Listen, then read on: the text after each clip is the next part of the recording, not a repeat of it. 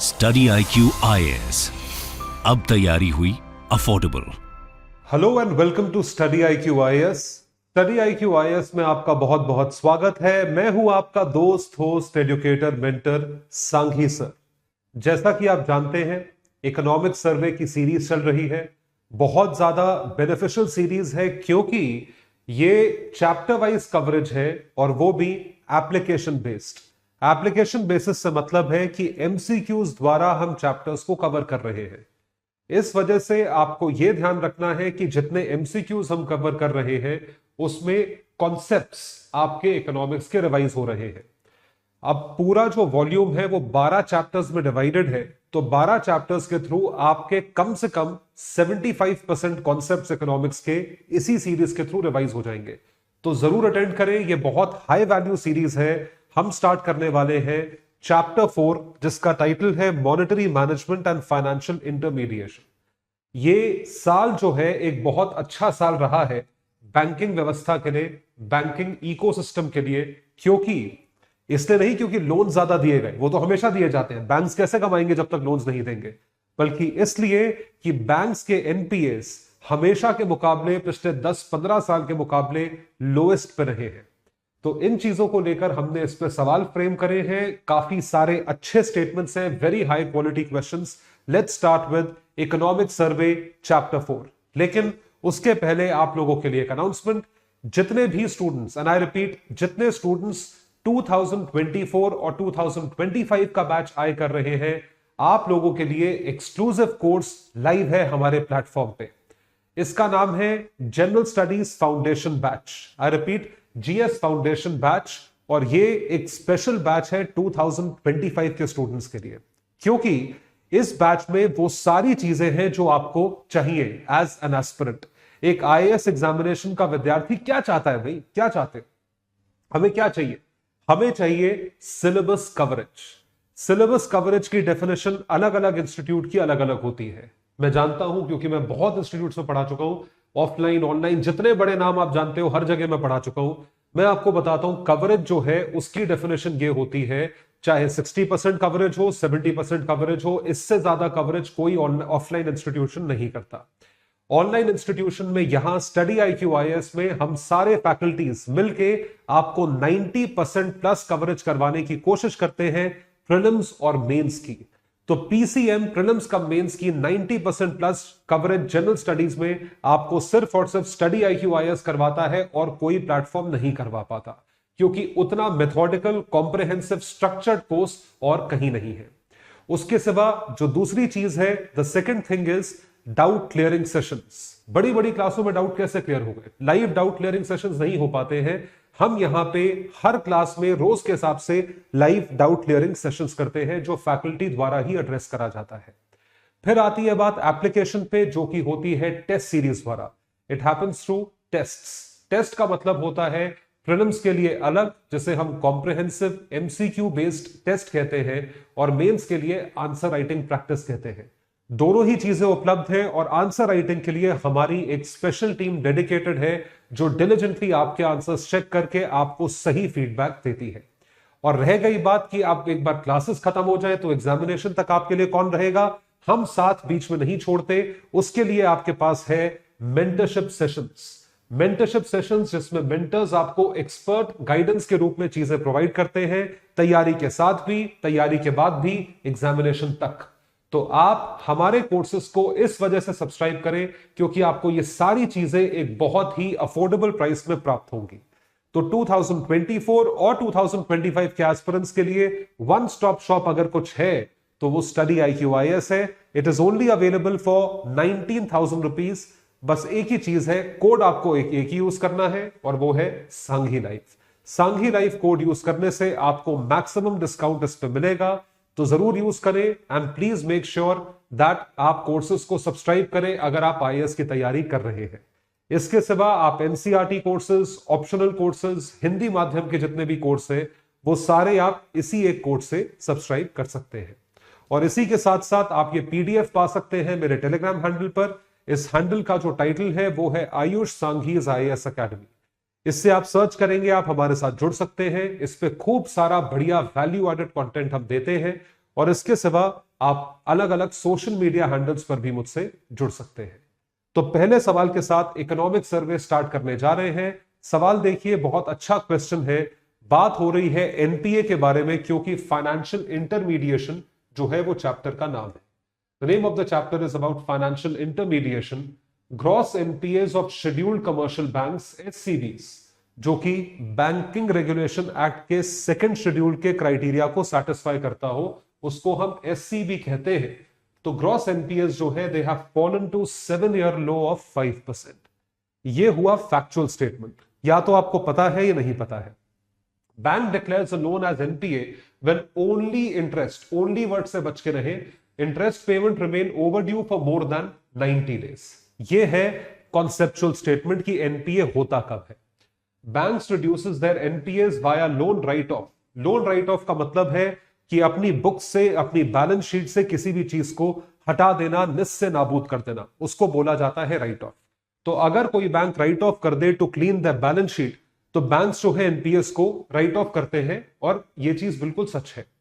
Right off essentially means bank considers the loan amount as lost asset and no longer tries to recover it. अब bank ने भी उम्मीद छोड़ दी है कि अब ये लोन हमें नहीं मिलेगा।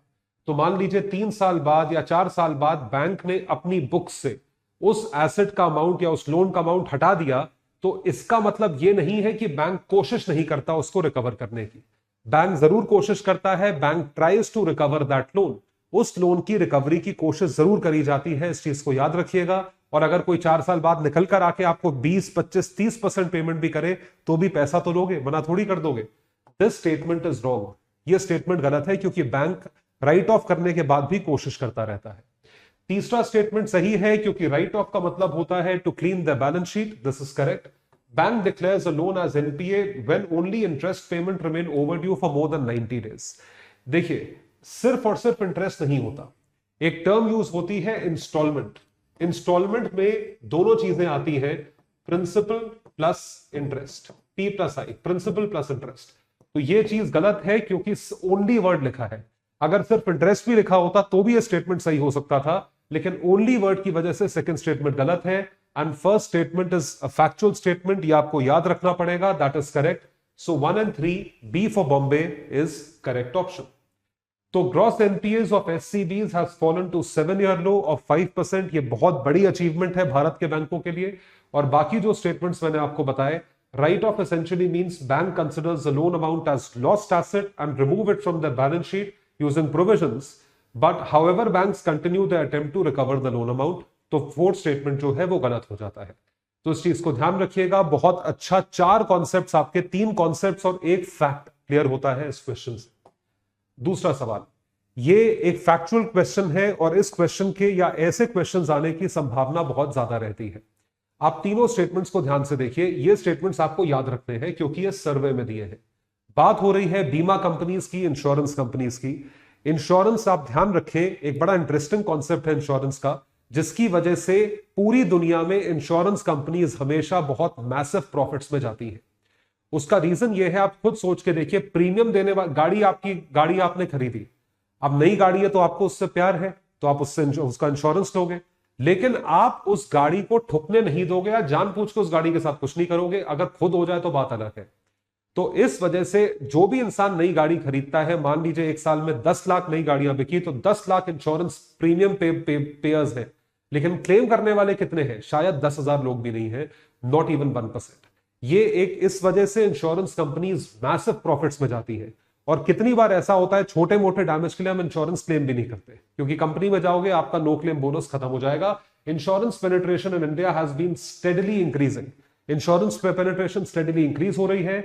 Life insurance in India is above global average. भाई, इतनी जनसंख्या है, लाइफ इंश्योरेंस लेने का तो हम नेगेटिव है by nature. We are negative people, we are fearing people. Negative सही वर्ड नहीं होगा, वी आर फियरिंग पीपल।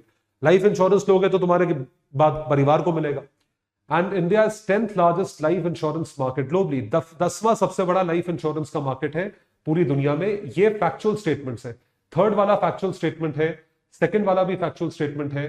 तो देखें, answer option is D for Delhi, यानी कि सारे स्टेटमेंट सही हैं। देखिए, ये ग्राफिक इकोनॉमिक सर्वे से उठाया गया है। Ayushman Bharat Jan Arogya Yojana is the largest health insurance scheme in the world and is funded by the government. ये चीज है। भारत जो है 10वां सबसे बड़ा लाइफ इंश्योरेंस का मार्केट है पूरी दुनिया में। India 15th largest non life insurance market globally. Non life insurance 15वां सबसे बड़ा है। नॉन लाइफ इंश्योरेंस पे पेनिट्रेशन कम है। जैसे आपको एग्जांपल देता हूं, अर्थक्वेक इंश्योरेंस बहुत लोग नहीं खरीदते। India is the 4th largest general insurance market in Asia and 14th largest globally. चौथा सबसे बड़ा एशिया में है। मेरे ख्याल इससे बड़ा चाइना और जापान होगा, परसेंटेज बेसिस पे देखा जाता है, and 14th largest globally. So life insurance penetration in India is above global average. बहुत अच्छी बात है, ग्लोबल एवरेज से ज्यादा है। भारत 10वां सबसे बड़ा लाइफ इंश्योरेंस का मार्केट है ग्लोबली। ग्लोबली अभी भी 10वां सबसे बड़ा मार्केट है, और भारत दूसरी सबसे बड़ी जनसंख्या है, जो कि सबसे बड़ी जनसंख्यिक कंट्री हो चुकी है। अब क्योंकि ये हो चुकी है, इसलिए ध्यान रखें कि अभी लाइफ इंश्योरेंस का बहुत बड़ा अनटैप्ड मार्केट है भारत में। इस वजह से और इंश्योरेंस कंपनीज के आने की संभावना है, और इन्वेस्टमेंट आने की संभावना है। इस वजह से एफडीआई में इंश्योरेंस में एफडीआई जो है वो बढ़ाया गया है। अब आपका होमवर्क है, आप कमेंट सेक्शन में लिखकर बताएं कि एफडीआई भारत में इंश्योरेंस में कितना कर दिया गया है, परसेंटेज क्या है। और इसी बेसिस पे अगर आपको कुछ एग्जांपल्स दूं मैं, टाटा एआईजी, आईसीआईसीआई लॉम्बार्ड, ये सब जो है ये एफडीआई के कोलैबोरेशंस हैं। एक यूएस की कंपनी है, एक इंडियन कंपनी है, एक चाइनीज है, एक इंडियन कंपनी है, इस तरीके से है। तीसरा सवाल देखिए, monetary policy committee introduced SDF in its April 2022 meeting, standing deposit facility. ये पूछा जा रहा है ट्रू क्या है। देखिए, मैं आपको एक कॉन्सेप्ट समझा देता हूं, ये इंपॉर्टेंट कॉन्सेप्ट है। इस साल के प्री में आने की संभावना है, और इसके बाद कभी भी आ सकता है, क्योंकि एक मॉनेटरी पॉलिसी टूल है। देखिए, रिवर्स रेपो रेट का कॉन्सेप्ट आप जानते होंगे कि आरबीआई जो है कमर्शियल बैंक से लोन लेता है। RBI is borrowing money from commercial bank for a certain rate of interest. इस रेट ऑफ इंटरेस्ट को रिवर्स रेपो रेट कहा जाता है। This is termed as reverse repo rate. इस रिवर्स रेपो रेट पे लोन लेने के लिए आरबीआई को जो है कोलैटरल देना पड़ता है, कोलैटरल सिक्योरिटी। कोलैटरल सिक्योरिटी का मतलब यह है कि आपको गवर्नमेंट सिक्योरिटीज जो है गिरवी रखनी पड़ेंगी कमर्शियल बैंक्स के पास। They have to keep collateral security in terms of government securities with the commercial banks. This is what they have to do. अब आरबीआई को यह लगे कि हमारे पास कोलैटरल देने को नहीं है, we don't have collateral, we don't have government securities, और we don't want to give, but क्योंकि मार्केट में मनी सप्लाई कम करना है तो हमें पैसा तो लेना पड़ेगा इनसे। तो इस वजह से आरबीआई ने रिवर्स रेपो रेट जैसे ही कॉन्सेप्ट पे एक नया इंस्ट्रूमेंट जो है वो इंट्रोड्यूस करा, उसका नाम है standing deposit facility. Standing deposit facility works in the same mechanism except for the fact उसमें आरबीआई को कोलैटरल नहीं देना पड़ता। कोलैटरल नहीं है, ऐसे ही पैसे लो, बाद में इंटरेस्ट दे देना। तो ये चीज हाल ही में इंट्रोड्यूस करी गई है कोविड के बाद, अप्रैल 2022 में। SDF allowed banks to deposit excess funds with RBI without collateral. मतलब इसमें नुकसान बैंकों का है, कमर्शियल बैंक का, कि उनको कोलैटरल नहीं मिल रहा है। SDF facility RBI is available for overnight deposits only. Only word से मैं आपको बता चुका हूं, बच के रहिएगा। ओनली वर्ड की वजह से ये गलत है। Third statement 1 and 2 are correct. MPC introduced SDF in its April 2022 meeting. SDF allowed banks to deposit excess funds with the RBI without collateral. ये concept है, and it is available for overnight deposits and for long tenor deposits if RBI feels it necessary to absorb excessive liquidity. Excessive liquidity को absorb करना है तो लंबा tenure हो, छोटा हो, आप इस चीज के लिए दे सकते हो. You can give for this. So deposit of excess funds by banks with RBI without the necessity of collateral in the form of government securities, thereby allowing effective liquidity management in a collateral free manner. This is what has been done. ये चीज करी गई है, तो इसको SDF बोलते हैं. अब आते हैं अगले सवाल पे. ये सवाल पूरी तरीके से कॉन्सेप्चुअल है. आपके 4 कॉन्सेप्ट्स ये और इसके अगले सवाल के थ्रू रिवाइज होंगे. 8 कॉन्सेप्ट्स रिवाइज होने वाले हैं. ध्यान से सुनते जाइएगा. मैच द फॉलोइंग, जो कि यूपीएससी का बड़ा पॉपुलर क्वेश्चन रहा है, आज से नहीं हमेशा से रहा है. आप कोई भी पेपर उठा के देख लीजिए, 1997 का देख लीजिए, 87 का पेपर देख लीजिए, उसमें इस तरीके से जो है मैच द फॉलोइंग जरूर पूछती है यूपीएससी. अलग अलग सब्जेक्ट्स की पूछे लेकिन पूछती जरूर है. तो ये 4 जो है ये टूल्स है. These tools are monetary policy tools. इन टूल्स को एमपी टूल्स या मॉनेटरी पॉलिसी टूल्स कहा जाता है.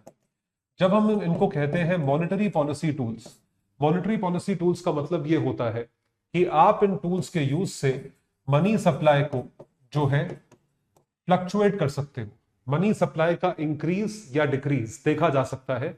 These are monetary policy tools. तो इसमें जो पहला ऑप्शन या मतलब ये चारों स्टेटमेंट जो है, इनके सिवा जैसे स्टैंडिंग डिपॉजिट फैसिलिटी जो हमने अभी पढ़ा है पिछले क्वेश्चन में, वो भी एक मॉनेटरी पॉलिसी टूल था। ये सारे भी मॉनेटरी पॉलिसी टूल्स हैं। तो इसमें सबसे पहला है एमएसएफ। एमएसएफ और उसके सिवा repo rate, long term repo operation और बैंक रेट, ये 4 रेट है। रिपीट कर रहा हूं, ध्यान से सुन लीजिए। बैंक रेट, उसके बाद आता है लॉन्ग टर्म रेपो ऑपरेशन, ये भी कोविड में आया है। फिर है रेपो रेट, रेपो ऑपरेशन, उसके बाद है एमएसएफ। ये चारों जो है ये सेम टाइप के मैकेनिज्म पे चलते हैं। They work on the same mechanism. इसमें क्या होता है कि आरबीआई जो है वो कमर्शियल बैंक्स को लोन देता है। RBI gives loan to commercial banks और इसकी अवज में रेट ऑफ इंटरेस्ट जो है चार्ज करता है और कोलैटरल भी लेता है। तो अभी पिछले क्वेश्चन में मैंने आपको रिवर्स रेपो रेट के बारे में बताया, वो उल्टा है, ये सीधा है। ये समझ लीजिए, यहां पे आरबीआई लोन दे रहा है। तो ये जो रेट ऑफ इंटरेस्ट है, ये रेट ऑफ इंटरेस्ट को हम रेपो रेट बोलते हैं, जिसमें कोलैटरल दिया जाता है। जिसमें कोलैटरल नहीं दिया जाता वो मार्जिनल स्टैंडिंग फैसिलिटी है। MSF is that rate at which RBI lends to commercial banks. RBI commercial banks को लोन देगा ओवरनाइट बेसिस पे। हेलो, हाँ जी, शक्तिकांत दास साहब, रात तक 10,000 करोड़ का लोन चाहिए, लोन दे दिया गया, 2 दिन में वापस कर देंगे। तो रेट ऑफ इंटरेस्ट आप खुद बताइए, ज्यादा होगा या कम होगा? अगर आपको इमीडिएट बेसिस पे चाहिए, उसको कहा जाता है मार्जिनल स्टैंडिंग फैसिलिटी। फिर आती है बात स्टैंडिंग डिपॉजिट फैसिलिटी की, ये समझा चुका हूं पिछले क्वेश्चन में। उसके बाद रिजर्व रेशोज है, सीआरआर, एसएलआर। ये रिजर्व रेशोज जो है ये आरबीआई का मैंडेट है, बैंकिंग रेगुलेशन एक्ट का मैंडेट है, जिसके तहत ये मेंटेन किए जाते हैं। सीआरआर कैश के रूप में मेंटेन करा जाता है, हर बैंक को मेंटेन करना है, चाहे वो कमर्शियल बैंक हो, चाहे फॉरेन बैंक हो, चाहे आरआरबी हो, ये मेंटेन करना होता है आरबीआई के प्रेमिसेस में। This has to be done in the RBI premises. और एसएलआर जो है वो कैश, गोल्ड और गवर्नमेंट सिक्योरिटीज के रूप में बैंक अपने पास ही मेंटेन करती है। दोनों का परसेंटेज आरबीआई बताता है। तो RBI dictates the percentage of both the liquidity ratios. तो आप देख के ये देखिए कि यहां पे चारों ऑप्शंस दे रखे हैं। तो standing deposit facility, cash reserve ratio, statutory liquidity ratio. अब क्या चीज यहां पे बोली जा रही है कि आप जो है आप ये बताएं मैच द फॉलोइंग में क्या आ रहा है। एमएसएफ जो है it is used to support liquidity during liquidity crunch in the economy. आपको अभी पैसा चाहिए तो मतलब लिक्विडिटी क्रंच है, तो ओवरनाइट बेसिस पे आप बोरो कर सकते हो। Window for banks to borrow from RBI in an emergency when interbank liquidity dries up completely. Interbank liquidity खत्म हो जाती है तो आप किसके बेसिस पे पैसा लेते हो? आप इस रेट ऑफ इंटरेस्ट पे पैसा लेते हो, मार्जिनल स्टैंडिंग फैसिलिटी। एसडीएफ में आपको समझा चुका हूं, इसमें आरबीआई जो है वो पैसा देता है। आरबीआई जो है पैसा लेता है कमर्शियल बैंक से, अब्सॉर्ब एक्सेस लिक्विडिटी। वो चाहता नहीं कि आप बाहर पैसा दो फ्रॉम द इकोनॉमी।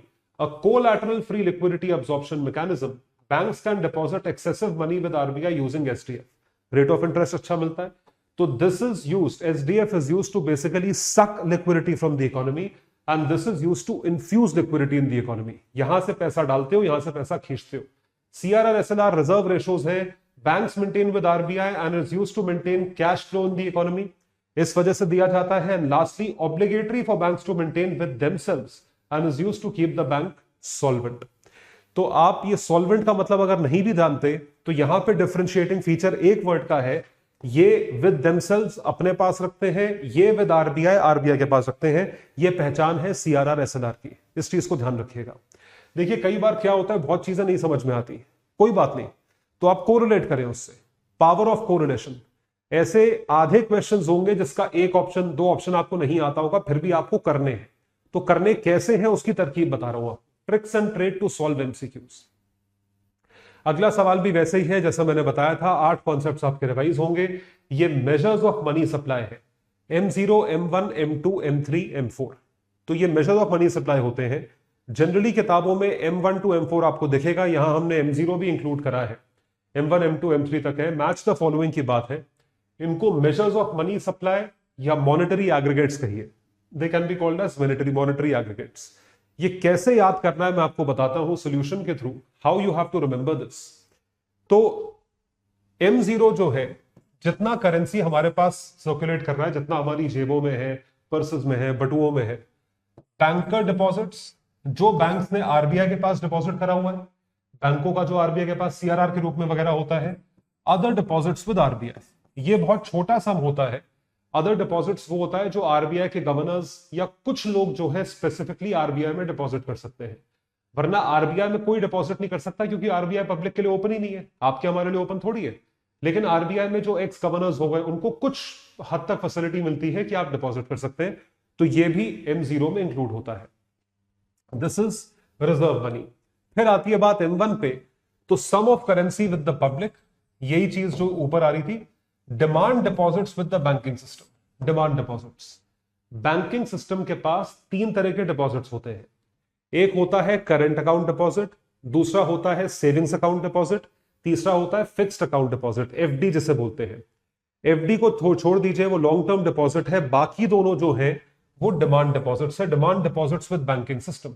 तो डिमांड डिपॉजिट्स जितने हमारे हैं करंट अकाउंट में, सेविंग्स अकाउंट में, हम सब जितने हिंदुस्तानियों का पैसा है वो सारा यहां पे आता है, plus other deposits with RBI, ये वही चीज है जो यहां पे हमने पढ़ी, other deposits with RBI.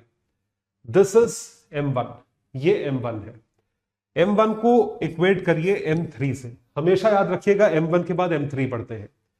M3 का फॉर्मूला होता है M1 प्लस टर्म डिपॉजिट्स या fixed deposits with banks, fixed deposits with banks, term deposits plus FDs with bank, ये चीज यहां पे आती है। दिस इज M3, ये M3 है। तो M3 में M1 तो हो गया, M1 में जो M1 में सिर्फ कौन से डिपॉजिट्स आए थे, डिमांड डिपॉजिट्स, तो यहां पे क्या आ गए, एफडी और जोड़ दिया आपने, ये M3 है।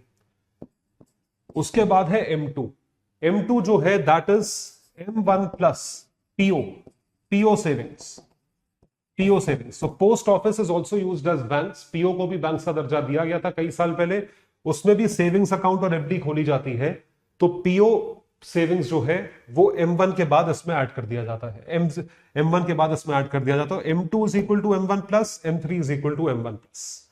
ये है आपके सारे फॉर्मूले, और जो बची कुछ कसर रह गई है that is M4 is equal to M3 plus fixed deposits of PO, fixed deposit of PO plus savings deposits with PO, savings with PO, मतलब टोटल डिपॉजिट्स पीओ के ये M4 में आ गए।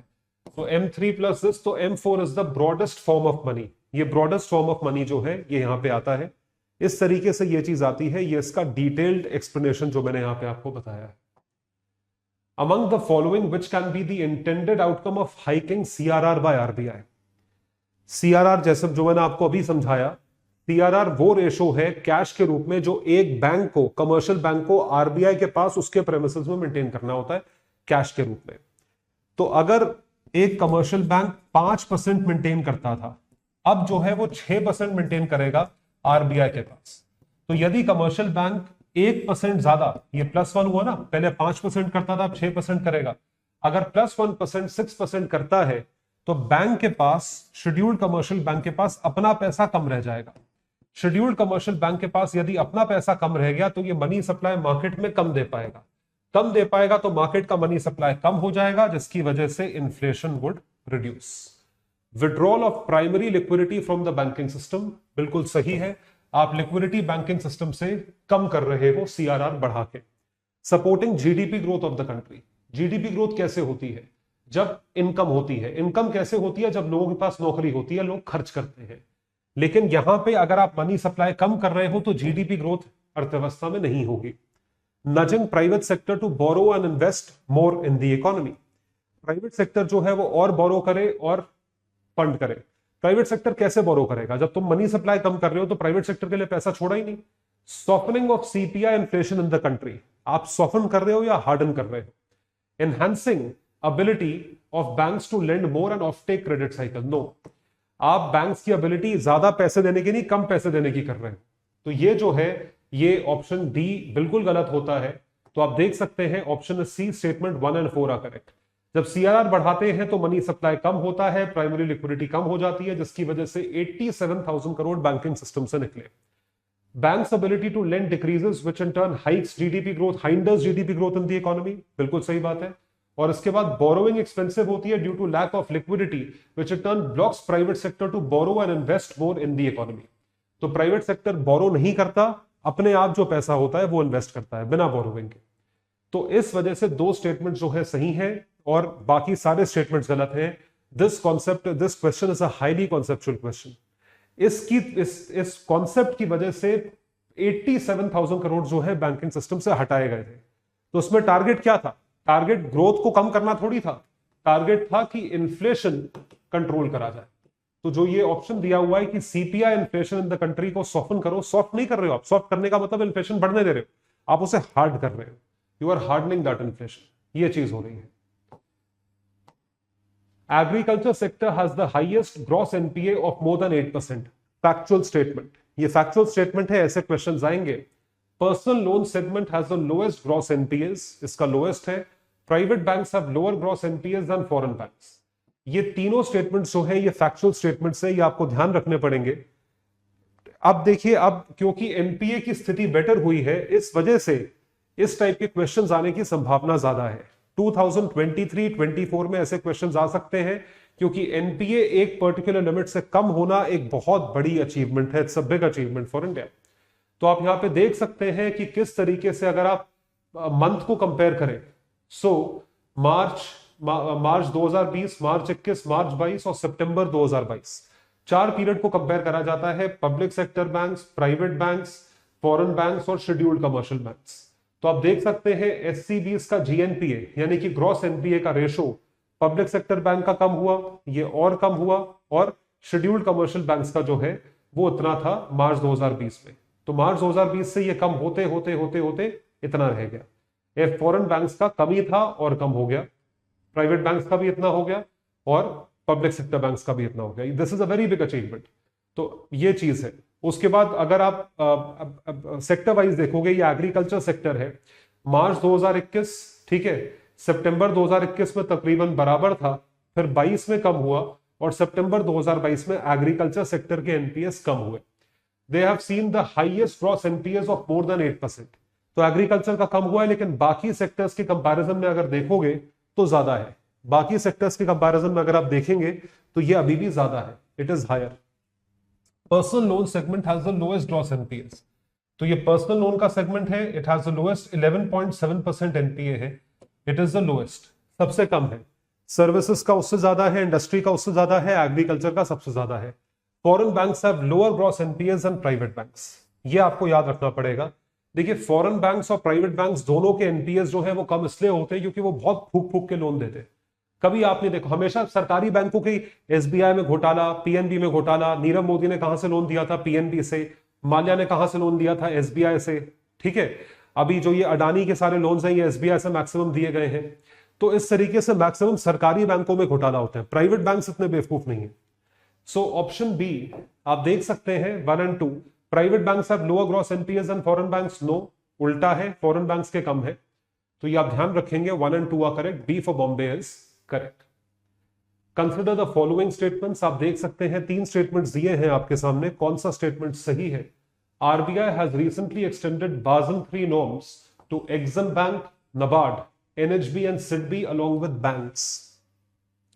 बाज़ल 3 नॉर्म्स को एक्सटेंड किया गया है, EXIM, NABARD, NHB, SIDBI। RBI wants banks to achieve total capital to risk ratio of 9% and conservation buffer of 2.5%। ये बाज़ल 3 में बताया गया था। ये जो है एक तरीके से आप अपने आप को सिक्योर कर रहे हो, आपकी सिक्योरिटी है। हर बैंक की अपनी सिक्योरिटी है, उसका एक परसेंटेज है। Capital conservation buffer is aim to cover losses on risky investments. Bank के लिए इन्वेस्टमेंट क्या है? लोन देना। लोन पे डिफॉल्ट हो गया, एनपीए हो गया, कहां से कवर करोगे? इस चीज से कवर करोगे, इसको कहा जाता है सीआरए। तो देखिए, CRAR, capital adequacy ratio and capital conservation buffer, दो चीजें हैं। Are additional layer of capital to be used when banks incur sudden losses. यदि एकदम से लॉस हो जाए, मतलब जैसे कि कोई भाग गया, ठीक है, यूके में बैठा है, these mandatory safe capital are kind of bank safety to keep banks and financial system healthy। Banks और फाइनेंशियल सिस्टम को हेल्थी रखने की बात करी है, वो चीज यहां पे हुई है। Capital conservation buffer, CCB is aim to cover losses on risky investments, बिल्कुल सही बात है, इसलिए किया गया है। और बैंक को कितना करना है, CRAR 9% का और कंजर्वेशन बफर 2.5% का, कुल मिला के 11.5% का रिस्क कवर करना है। और रिसेंटली नवंबर 2021 में extended Basel 3 norms to all India financial institutions including banks, EXIM, NABARD, NHB and SIDBI along with banks, ये चीज सही तरीके से की जा रही है। This is being done. So ये जो है आप देख सकते हैं सारे स्टेटमेंट सही हैं। D for Delhi is correct. तो यहां देखिए public sector banks, private banks, foreign banks, SCBs, तो this is how it is done, this is how it is done.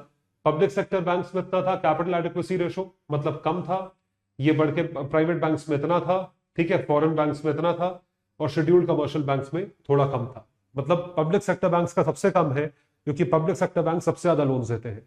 Similarly आप मार्च 22 में भी देखें, इसका बड़ा, इसका और बढ़ गया, इसका ये इतना बड़ा, इसका इतना है, और सितंबर में भी ऐसा ही है। अब सब बढ़ रहे हैं, everybody is going forward in order to maintain better ratio. उसके बाद in 2022 non food bank credit, तो फूड बैंक क्रेडिट मतलब फूड एग्रीकल्चर के लिए बैंक क्रेडिट दिया गया, बैंक क्रेडिट मतलब loan. Non food bank credit growth has reached to highest level in the last 4 years. Retail, personal and housing loans have been the main element driving the credit growth. ये main element रहा है जिसकी वजह से credit में growth हुई है, credit यानी कि लोन्स में ग्रोथ हुई है। तो दोनों स्टेटमेंट्स जो है वो सही है। Non food bank credit has reached to highest level in last 4 years, 4 साल में हाईएस्ट लेवल है। Retail, personal and housing loans has been the main element driving the credit growth. तो retail, personal loans and housing loans has been the main element driving the credit growth. ये main element रहा है credit growth को drive करने का। तो भाई देखिए ऑब्वियस सी बात है, आपकी ग्रोथ कैसे होगी? ग्रोथ होगी जब मनी सप्लाई बढ़ेगा, मनी सप्लाई बढ़ेगा तो इनकम्स बढ़ेंगी, मनी सप्लाई बढ़ने के लिए लोन चाहिए। तो किस तरह के लोन से बढ़ा है? हाउसिंग लोन्स और पर्सनल लोन्स। तो आप देख सकते हैं अप्रैल 19 से non food bank credit growth in double digit since April तो यहां पे जो है ये 12% से थोड़ा सा ऊपर था, उसके बाद डिक्लाइन होते होते होते होते अभी तक जो है ये सिंगल डिजिट पे रहा। अप्रैल 2022 पे सिंगल डिजिट तक रहा, फिर जो है ये बढ़ते बढ़ते बढ़ते बढ़ते आप देखिए 20% के आसपास पहुंच चुका है। पिछले साल अप्रैल से दिसंबर 2022 तक ये इतना इंक्रीज कर चुका है। Retail credit driving the growth primarily owing to rising demand for home loans, जो होम लोन्स के लिए डिमांड बढ़ रही है। तो मतलब घर बिक रहे हैं। तो दोनों स्टेटमेंट सही हैं, आप ध्यान रखिएगा, प्लीज रिमेंबर। और उसके बाद आता है resolution of stressed assets in India. Stressed का मतलब होता है NPA, स्ट्रेस्ड का मतलब होता है जो आपका एसेट रिकवर ना हो पाए। तो बताना यह है कि दोनों में से कौन सा स्टेटमेंट सही है। Total amount recovered by banks under the IBC has been the second highest compared to other channels. IBC यानी इंसॉल्वेंसी एंड बैंक्रप्सी कोड। आज की डेट में अगर कोई लोन नहीं दे पा रहा है तो वो IBC में बैंक्रप्सी फाइल करता है। IBC में इंसॉल्वेंसी प्रोफेशनल अपॉइंट किया जाता है जो ये देखता है कि तुम्हारे एस्टेट से क्या रिकवरेबल है, मतलब तुम डूबती हुई कश्ती हो, तुम नहीं दे पा रहे हो तो क्या निकाल सकते हैं, right. IBC follows public auction based resolution model. तो आपके एस्टेट से कुछ निकल नहीं पा रहा है, नीलामी कर दो, जितना पैसा आए उतना पैसा बैंक को रीपे करें। ये बात बिल्कुल सही है, this is correct. So IBC follows public auction based resolution model. Auction based का मतलब होता है आप नीलामी कर देते हो, जो भी पैसा रिकवर होता है वो आप बैंकों को वापस दे देते हो। तो total amount recovered by banks under IBC has been the highest compared to other channels, सबसे ज्यादा रहा है। और सेकंड स्टेटमेंट करेक्ट इसलिए है क्योंकि NPA में चीज यहां पे आती है। Amount recovered by SCBs through various channels, तो लोक अदालत के थ्रू आप देख सकते हैं 2777 जो है करोड़ रिकवर हुआ है, अमाउंट रिकवर्ड इन करोड़।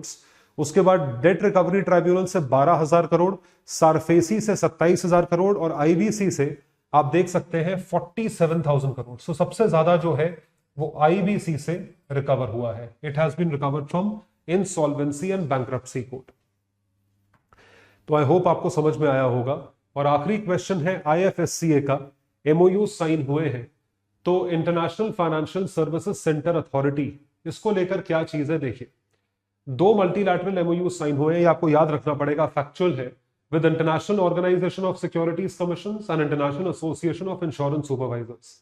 ये देश जो है ये इन्वॉल्व है, they have signed the agreement to deepen cooperation and development of financial products and services. Financial products में एक बूम देखी गई है जिसकी वजह से ये चीजें होनी चाहिए, ये चीजें होती हैं। तो मल्टीलैटरल एमओयूज जो है वो इनके साथ साइन हुए हैं, बायलैटरल एमओयूज इन सारे देशों के साथ साइन हुए हैं। तो आईएफएससीए का पर्पस क्या है कि फाइनेंशियल सर्विसेज को डीपन किया जाए। तो international organisation of securities commission, association of insurance supervisors, दोनों स्टेटमेंट सही हैं। सी इज करेक्ट, सी जो है वो सही स्टेटमेंट है, ध्यान रखें। तो यहां हमारा पूरा चैप्टर जो है वो कवर होता है। कॉन्सेप्ट्स हमने इस चैप्टर में अराउंड 15 कॉन्सेप्ट्स मैंने आपको कवर करवाए हैं। ये सारे कॉन्सेप्ट्स के थ्रू आपका monetary policy, quantitative tools cover होता है और कई और कॉन्सेप्ट्स कवर होते हैं। जरूर इस चैप्टर को रिवाइज करें, do revise this chapter and do let me know क्या आप ऐसे और चैप्टर्स देखना चाहते हैं, नहीं चाहते हैं। कोर्सेज हमारे लाइव हैं 2024 और 25 के एस्पिरेंट्स जरूर सब्सक्राइब करें। जो जीएस फाउंडेशन का कंप्लीट कोर्स है that's available only for 19,000 rupees if you use my code that is Sanghi life. Sanghi life code पे आपको 19,000 रुपए में ये कोर्स उपलब्ध होगा। आप सब्सक्राइब कर सकते हैं और इन पीडीएफ्स को डाउनलोड करने के लिए आप जो है आप मेरे साथ मेरे टेलीग्राम हैंडल पर जुड़ सकते हैं, Ayush Sanghi's IAS academy. That would be all for today. Thank you so much, everyone. Bye. Take care. All the best. Study IQ IAS, अब तैयारी हुई अफोर्डेबल।